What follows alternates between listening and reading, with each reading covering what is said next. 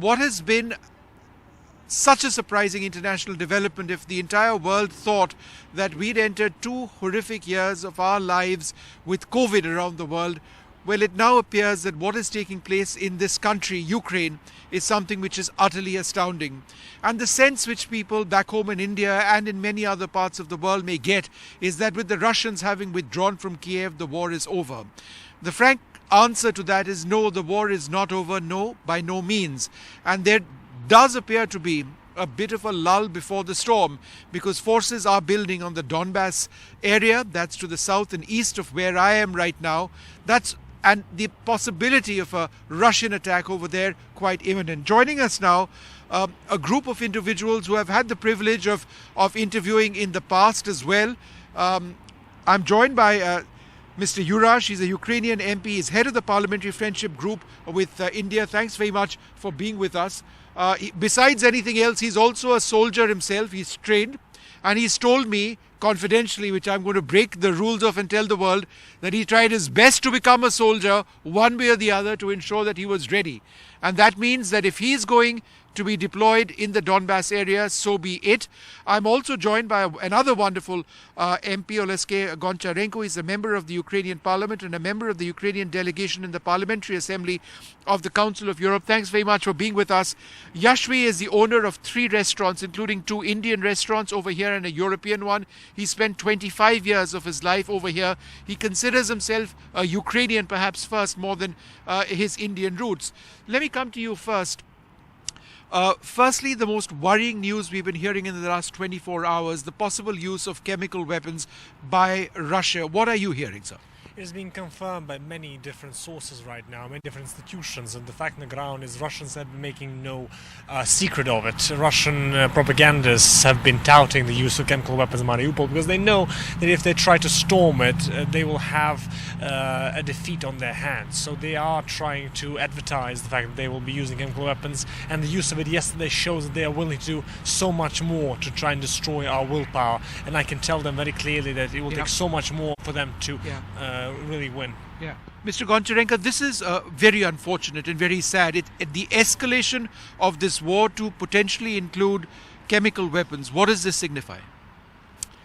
Yes, I spoke with the representatives of Regiment Azov who suffered from these, and they're telling that unknown chemical agent was used, and it means that it's a new red line. First red line was in 2014 when Russia by force changed the borders of the state. By the way, I think Indians should understand how it is dangerous when big dictatorship can change the borders of the country. That is a very big challenge to the whole world. Unfortunately, very weak answer of the world encouraged Putin to go further. And next red line was a month and a half ago when Putin started a full-scale invasion with bombardments of cities, with just a real full-scale war in Europe in 21st century. The next red line was atrocities of Russian soldiers, war crimes, Hostomel, Irpin, Bucha, Mariupol, Kharkiv, Chernihiv, Kramatorsk. I just last night came back from Kramatorsk, where Russia attacked the railway station where people were waiting evacuation with a Cassid bomb missile, which is forbidden to use even against military targets. So that was the next red line. And now probably almost the last red line is the using of weapons of mass destruction, chemical, biological weapon. Probably the last is nuclear weapons. But Putin is moving very fast, and that is very dangerous for the whole world, what he is doing. And the world should unite around stopping Putin just now. I'm also joined by Glenn Carl, former Deputy National Intelligence Officer for Transnational Threats. I've had the privilege of speaking to him several weeks back when I was in Lviv, then back in New Delhi, and here now I'm in Kyiv. Mr. Carl, thanks very much for being with us. Now, how do you see these very serious allegations of the use of chemical weapons? I've been speaking to many people on the ground, and this information from the Ukrainians is absolutely clear that it has in fact been used in a limited area so far. Well, the gentleman who just spoke, I think, put it very well. What has become normal is a continued breaching of taboos that the international community has tried to establish and enforce since 1945. The gentleman didn't mention Right. that something that is largely overlooked, that the Russian regime under Putin has assassinated in Great Britain alone. I think the number is 48 people in the Right. last 10 to 15 years. It receives almost no attention. So we're dealing with a Right. regime that acts as it wishes and thinks that might will make right. The response is Yeah. what the response will be is the key question, and we'll find out in the coming weeks.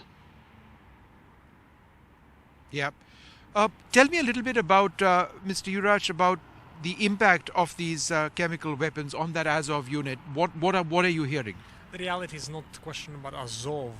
They are trying to destroy them for the longest time now, Russians, and Azov is showing that it's not willing to give them what they desire. The fact of the matter is very clear. The use of WMDs is something that the world should condemn in every single way, and the use of WMDs against any unit in the army or civilians in general is something the world should be in horror of. And India is truly the nation that will define the reality of this century, should be in the lead of trying to condemn what Russia is trying to do here in Ukraine and all over the world. It's not the first time Russia is allowing to use chemical weapons in conflicts that involved. Syria, for one thing, has a clear example of that. But the story here in Ukraine is expanding that. It's trying to show that to the world that it can do that and have no consequence for it. India should lead the global effort to try and curtail Russian ambition to rekindle all the imperial colonial legacy.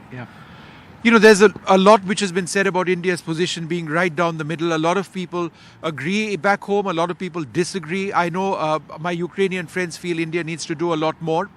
But in the last couple of days, in fact, even yesterday in a meeting with the US President, our Prime Minister said that in Bucha we have condemned the killings completely. We've called for an international trial, not a trial, an international investigation. Do you believe that's one step forward as far as India is concerned? Yes, it is. Is that enough? No, it's not. It is a step forward, but it's not enough because, unfortunately, I know, by the way, that many Indian people are supporting Ukraine and seeing these awful images of these atrocities, killing of women, of children. That's nobody, normal person could not react, only just condemn it. But unfortunately, Indian government didn't vote for the resolution against the war in the United Nations, abstained, then abstained on the decision about kicking off of Russia from the European Nation Human Rights Council. But to say human rights and Russia together, it's now absolutely impossible because this is a Nazi state which is killing people. So that's why I hope that the position of India will be stronger, because India is the biggest democracy in the world. And when the whole democratic world is uniting, I hope that India will be together with the whole democratic world and will show leadership here. That's what I hope. Now tell us a little bit about, you know, what you've been going through.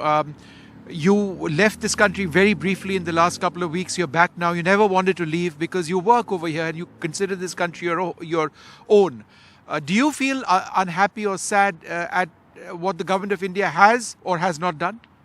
Of course, I do feel sad because I was born in India. I'm an Indian citizen, but I've been living in Ukraine for the past 25 years. And of course, I would want my home country to be more active in fighting this evil which is happening right now. And this is, in my opinion, this is not about politics. When you see what is happening in Bucha, what happened in Kramatorsk a couple days ago. And of course, we would like at least more humanitarian help and a stronger position in the eastern part of the world. And you may actually be deploying to the eastern part of your country. Is that where you think you're going to be headed? Basically, my commander has informed us that those we will be planning the redeployment to the east. I can't confirm when, I can confirm where, but it's very clear that as far as my 133rd Battalion, the plan is to go east. All right. And how long did you train in the army and things like that? I did not train for long in the army. We saw you with AK-47s over here. Well, the point is, for the last month, everybody in Kyiv was training to do everything they can to try and defend this capital of ours. Right. So the point is, everybody who stayed in Kyiv tried to become soldier or useful in one way or the other. And getting those rudimentary skills is something that we all could have needed. And the point was to defend our capital altogether, no matter what. So the point was that we all had to get those skills and get them fast. Right. Mr. Karl, let me come to you next. Give us an idea of how you actually see the situation in the east of Ukraine now. We've seen satellite images of Russian weaponry moving, the mass deployment of soldiers as well. A part of the Donbass region has in fact been controlled by Russia illegally for a while now. They've been trying to control the remaining 2/3. Is it your belief that cities like Izium or cities in that area, the Kharkiv area, south of Kharkiv, Dnipro, would be the next focal points as far as what Russia is doing? Well, I have to rely, of course, on the assessments by the military experts, but that you seem to have summarized it quite well. The fallback position for the Russians has increasingly appeared to be that since they failed to destroy Ukraine and to occupy Kyiv, that they will find some way to declare victory, which would be by seizing all of the Donbass and Luhansk areas. So one I'm just having a few audio problems, which I'm just getting resolved. Mr. Karl, I'll come back to you in just half a second. In fact, go ahead with your answer, Mr. Karl. Yeah, go ahead. Okay. It would appear that the Russians will attack from the north and the south towards the cities in the center. But I think the real question is, has NATO and the United States armed Ukraine? So I'll just I'm just having some audio problems. I've got my guests over here. I'll just come back to. But let me ask you this question. Could you give us an idea of the situation presently in Mariupol? There are still fightings in Mariupol. Part of the city is controlled by Ukraine, part is controlled by Russia. And the humanitarian disaster happened there because 500,000 population city, maybe for India it's not very big city, but for Europe it is very big city, is just flattened, completely destroyed. Number of victims from civilians, we count them in thousands. We don't know the exact number, but in thousands. And still the fightings are there. And last, what we started from using of chemical weapons, at the moment when, by the way, from this attack by unknown agent for the moment, not only soldiers suffered, but also several civilians who were just in the safety place with our soldiers. So the situation is absolutely awful. We don't know much because there are no international journalists there, because Russia prevents everybody to get there. Lithuanian director who tried to make documentary about Mariupol was killed by Russians.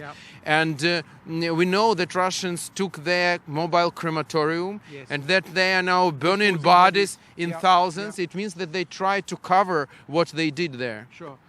Mr. Donald Camp is with us as well. Mr. Camp, would you agree that this is essentially the lull before the storm, and that I think within the next 10 odd days we would get an idea of what Russia's true intentions are? Or do you believe that Vladimir Putin needs to declare some sort of a victory by Victory Day in Russia, which is early next month? Well, thank you. It's hard to fathom what is going through President Putin's mind, to be very honest. But I think the increasing brutality of the war suggests that the Russians are increasingly desperate to achieve some kind of territorial victory, and certainly the eastern part of Ukraine is in their sights. I think that the brutality has shocked New Delhi and shocked Washington, and Prime Minister Modi's comments during the virtual summit with President Biden yesterday are heartening in that he did very strongly condemn the killings in Bucha and basically the violence and the violation of territorial integrity. So I think that's a good step forward in terms of diplomatic unity on trying to pressure Russia to end this war. Right. I must ask you, sir, since you speak so closely about Ukraine's relations with India, India has said that we will continue to import or try and import Russian oil, and the argument being made by New Delhi is that it's just 1 or 2%. It's probably less than what Europe imports in a week. Does that work for you as an argument? It's more of a reason for India to show its moral stand here and show that it's unwilling to accept that trade with a state that's incurring such unbearable atrocities onto the world. Again, it's not just about Ukraine. The atrocities that Russia is wrecking is on in Asia, in Africa, in Americas, in intervention it had in Venezuela, Syria, Central African Republic, and the reality is Russian regime has been doing these criminal, immoral acts all over the world for the last 25 years. India, for the reason it imports so little, is more able to show that moral stand and showcase that Russia is no normal player in the global scene. Right. Not to mention India has a treaty of friendship and partnership with Russia, a treaty that doesn't belong after all that Russia has done here and all over the world. India needs to reconsider the relationship because of all that Russia has done all around the world, and we welcome humanitarian steps. They are far from enough because again, the future leadership in the world are nations who take a moral stand, show their willingness to stand up for their principles. India has those principles. Let it stand for them. Tell us a little bit about your friends, Ukrainian friends over here. How have they been impacted? What are you hearing? Men separated from their wives, children going away sometimes to another country to protect themselves or being internally displaced. For you as an Indian, but who's very much Ukrainian at heart, this must be horrific to see what your friends are going through. Yes, it is very difficult to see this. A lot of my friends who have small children had to part with their families when their kids are 2-3 months years old, this is horrible. This is horrible to see. A lot of people are losing jobs even when their daily needs don't go anywhere. That's why we opened up our business 5 days ago, because we wanted our staff members to get at least a minimum source of income to keep up with their basic needs, just the food, just the living. Right. Well, we're also joined by a leading journalist over here in Kyiv, Vlad. Thanks very much for being with us. Just a quick question to you. You have been to Bucha, you've been to the Hostomel, Irpin area, obviously also some other areas. Give us an idea of what you saw. It's terrible. It's a nightmare. It's ruined cities around the Kyiv. They're totally ruined. Did you manage to speak to some people over there trying to go back, and what did they tell you? They want to return to their homes. They want to do something, to work on Ukraine with Ukrainians. Want to be at home. It's the main aim. Those areas have been... I can tell you one story from people from Gostomel, which is close all around the Irpin, Bucha, Hostomel. It's like one city in reality. And I can tell you the story of one aged couple, just for everybody to understand. Just in front of their house, Russian troops shot at the car and killed 2 people. Then they took their bodies when it was night to their... They didn't know these people, but they buried them in their private garden. And now they don't know their names. And now in their private garden there are vegetables, there are flowers, and 2 graves of people whom they even didn't know and don't know. That and such stories of raped women, of killed children, or just one mass grave with 280 people inside, just one mass grave, with people with burned down eyes by Russian. They tortured them before being killed. So it's so awful that it is like beyond the evil and goodness. It's something so terrible that those who did this should be responsible and should pay for this. I think one of the most frightening stories, it's probably a reality that is coming out, are attacks on children by Russian soldiers. Rape being used allegedly as an instrument of warfare. This has been already confirmations and stories about that from all over Ukraine. Russian soldiers are perpetrating inconsiderable crimes all around the country and showing to the world the reality of Russian attitude, not just to Ukraine but to any kind of notions of international law. And the point here, it's just not to mention all the children that were killed all over Ukraine in this fighting. I have met a few weeks before the war in Mariupol members of the local youth council, people from schools that try to to join in and do some good for their city, especially in terms of youth engagement. Yeah. And I cannot get in touch with them these days. They've disappeared and no one knows where. And the reality is, again, Bucha and what you've seen there is just the beginning. As Ukraine liberates more and more of its land, you will see many more of this mad crimes that Russia perpetrating. And again, it's something that the world will have to answer for. And the future nations will ask, why did Indian leadership not act better, more and clearly to try and counter this madness and counter this horror in 21st century? Sure. Mr. Karl, just one final question to you before we start wrapping up this program. How do you see this military conflict in eastern Ukraine playing out on the ground? I mean, do you see this sort of continuing for a lengthy period of time where neither Russia nor Ukraine can sustain it at the present level, and then it peters out into something like what we've seen from 2014 in the Donbass region, where it's been a constant war, albeit at a lower scale than what we have been seeing over here now?